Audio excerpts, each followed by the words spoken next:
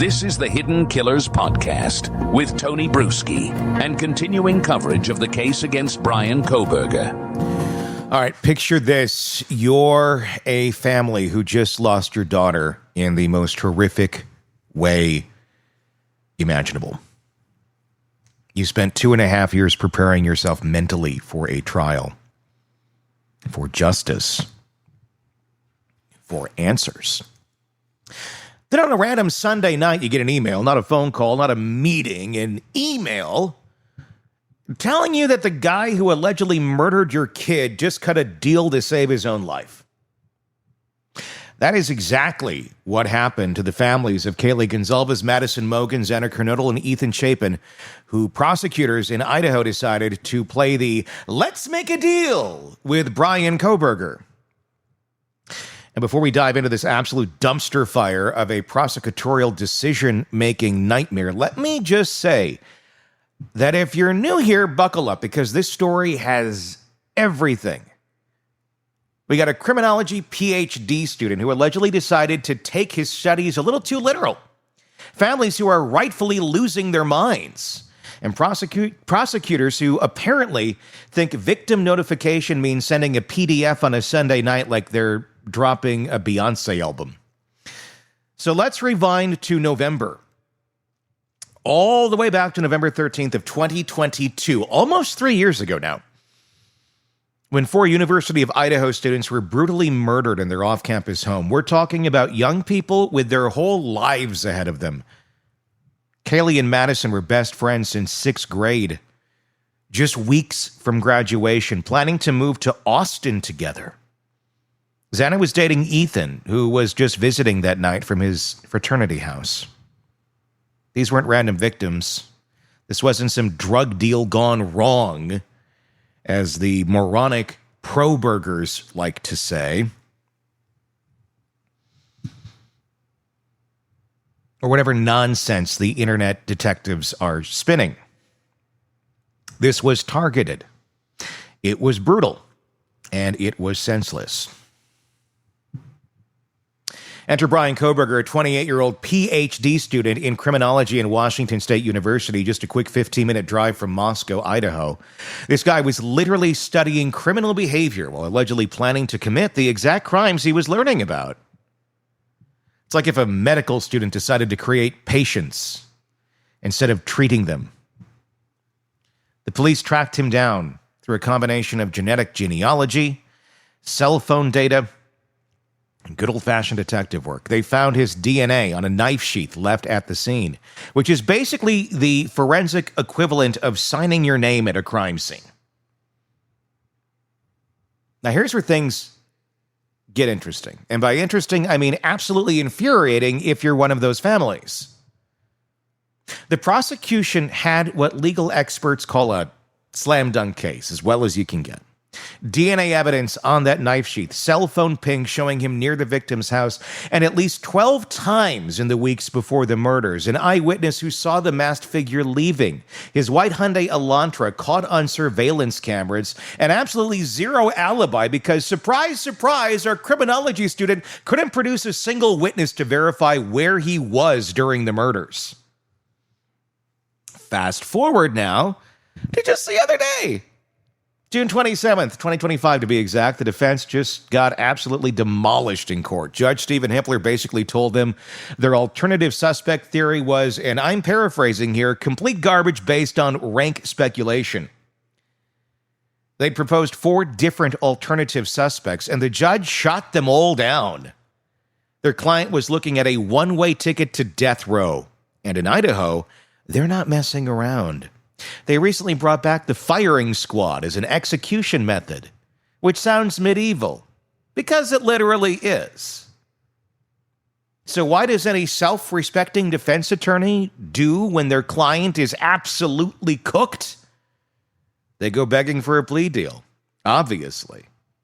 According to the letter prosecutors eventually sent to the families, and yes, we'll get to that letter, the defense approached them last week asking if there was any offer on the table, what they would think about it. Now, a competent prosecutor's office might think, hey, maybe we should loop in the families who've been waiting 2.5 years for justice before we start negotiating with the guy who allegedly butchered their children. Rather than just, maybe we might, I don't know, what do you think? And then all of a sudden, boom, we're doing it. But no.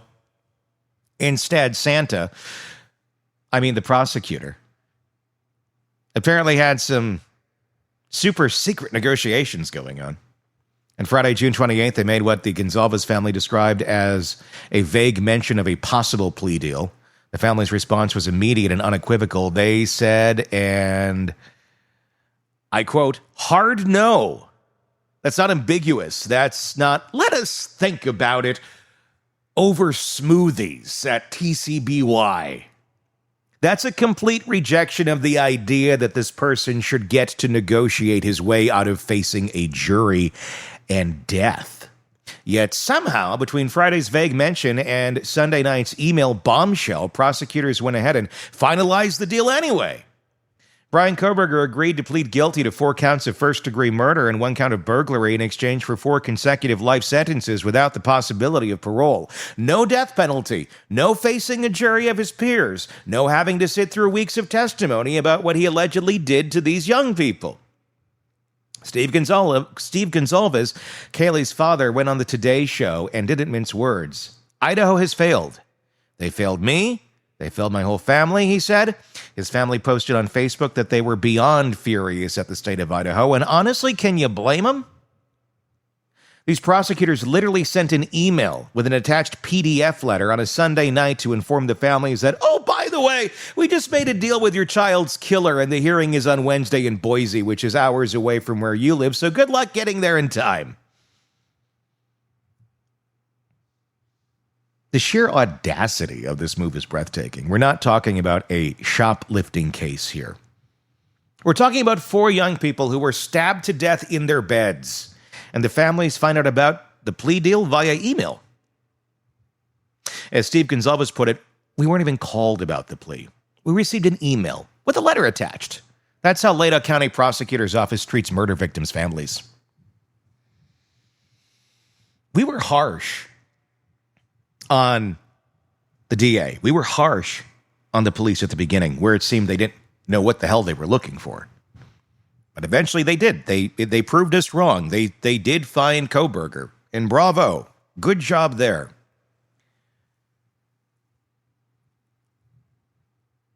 But did you succeed at the end? Granted, yes, at the end of the day, he's going away forever. That would be the verdict that I think everybody wanted, but not quite. I think most people wanted him to die. That's not going to happen, no. Now, Kohberger gets to be infamous. Now he gets to sit in prison. He gets to get letters. He gets to do interviews. He gets to do all of the stuff that the sick mother effer wanted to always do. He wanted to be BTK. He wanted to be Ed Kemper. He wanted to be all of these killers that he's looked at, studied, fantasized about, and now his name gets to sit there in infamy with them because he gets to live out his days in prison. Now, not all the families are on the same page here, which adds another layer of complexity to this mess. Ben Mogan, Madison's father, told CBS he was actually relieved by the deal. He said they could put this behind them and not have to deal with future court dates and appeals. And look, I get it. The death penalty appeals process in Idaho would likely stretch 30 to 40 years. Do you really want that? Is the big question. As much as Steve Goncalves is out for blood, and I would be the same way if I were him,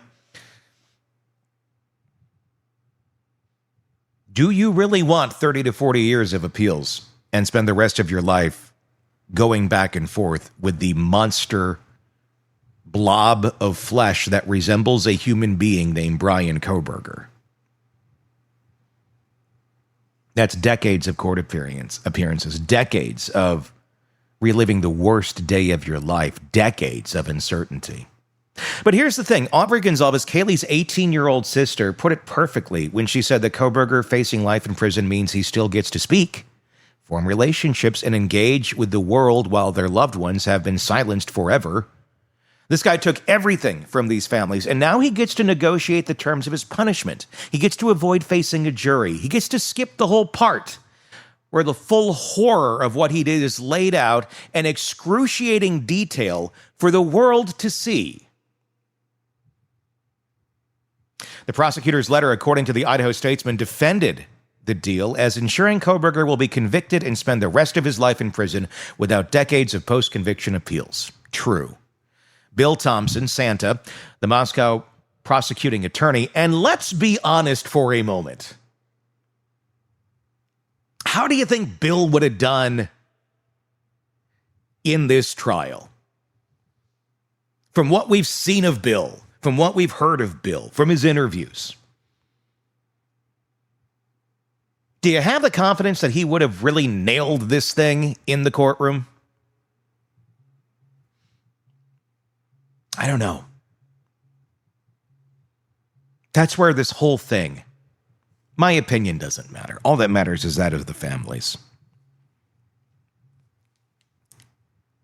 But do you really think Bill Thompson would have nailed this?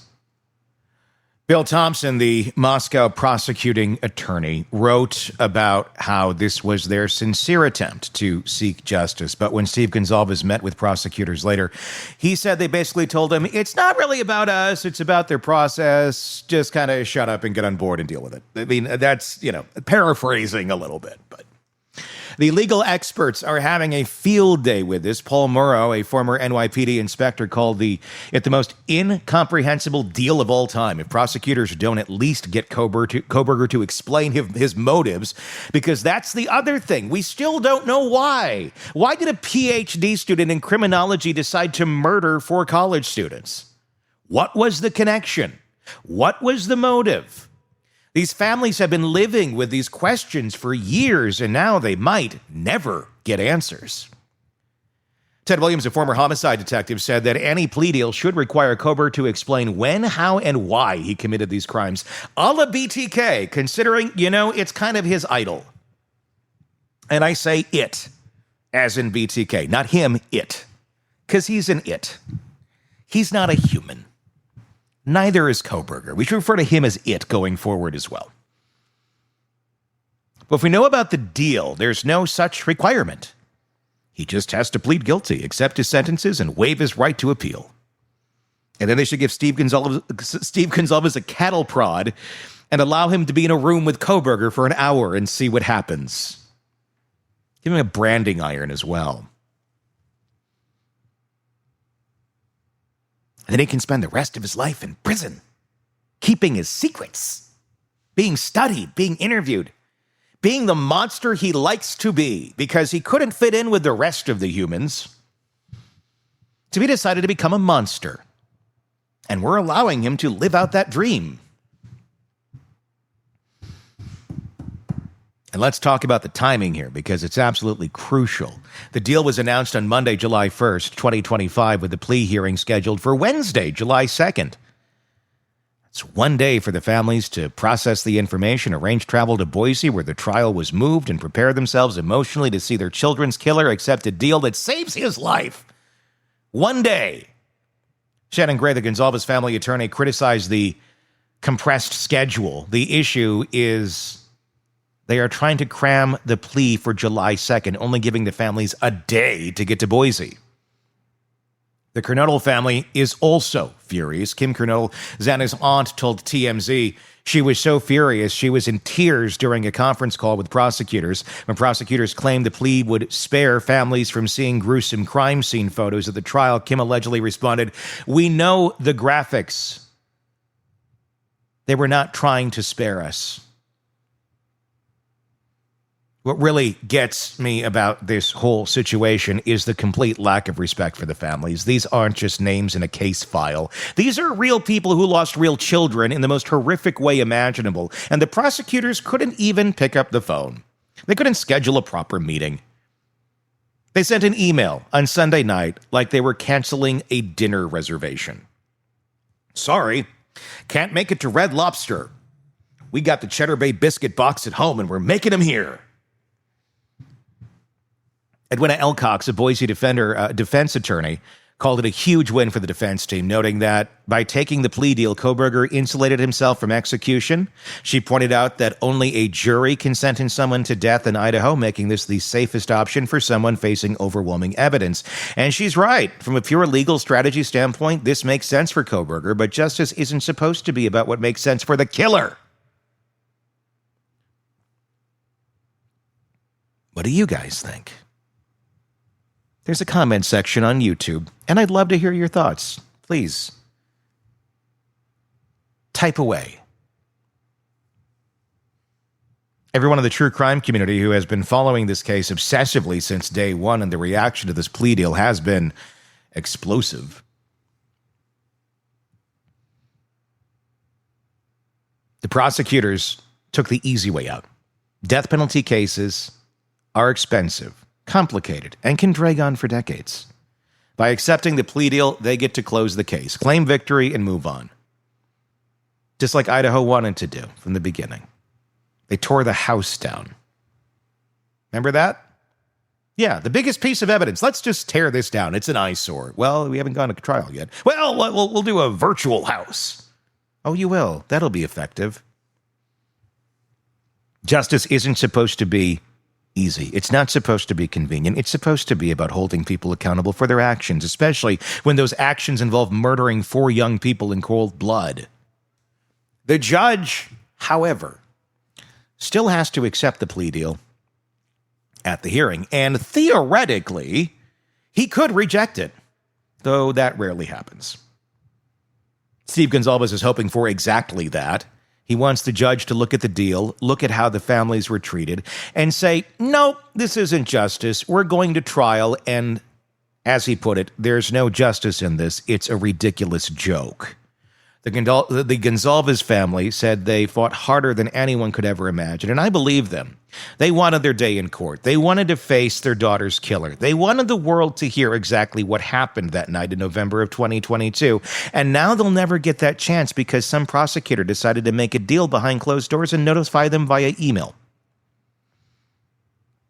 As we wait to see what happens at that hearing, remember that this case isn't just about Bryan Kohberger. It's about Kaylee Goncalves, who was planning her future with her best friend. It's about Madison Mogen, who was just weeks away from graduation. It's about Xana Kernodle and Ethan Chapin, who were just starting their lives together. They deserve better than this. Their families deserve better than this. And frankly, we all deserve a justice system that treats victims' families with more respect than a Sunday night email. Tell me your thoughts in the comment section on YouTube. I'd love to hear them. If you're listening on the podcast platforms, do check out our YouTube channel. Just search Hidden Killers with Tony Bruschi. You'll find us there on YouTube, and you can...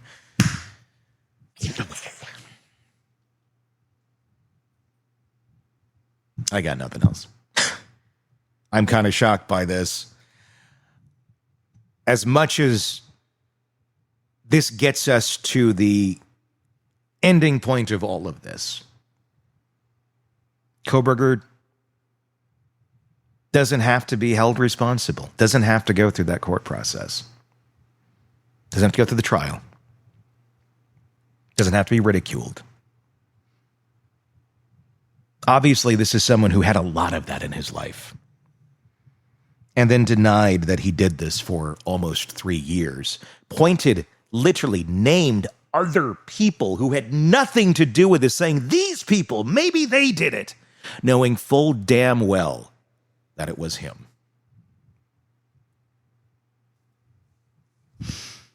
There's a thing called prison justice. Jeffrey Dahmer found that fate out himself. One can hope, one can even pray, that maybe a lone broomstick that somebody's using to mop up the cafeteria may find its way into Kohberger's body. And maybe that will be the end of Bryan Kohberger. One can only hope, right? Again, your thoughts in the comments section. My name's Tony Bruschi. We'll talk again real soon. Craving non-stop true crime updates? Press subscribe now and get the latest cases, analysis, and expert commentary delivered straight to your feed. Only from the Hidden Killers podcast and True Crime Today.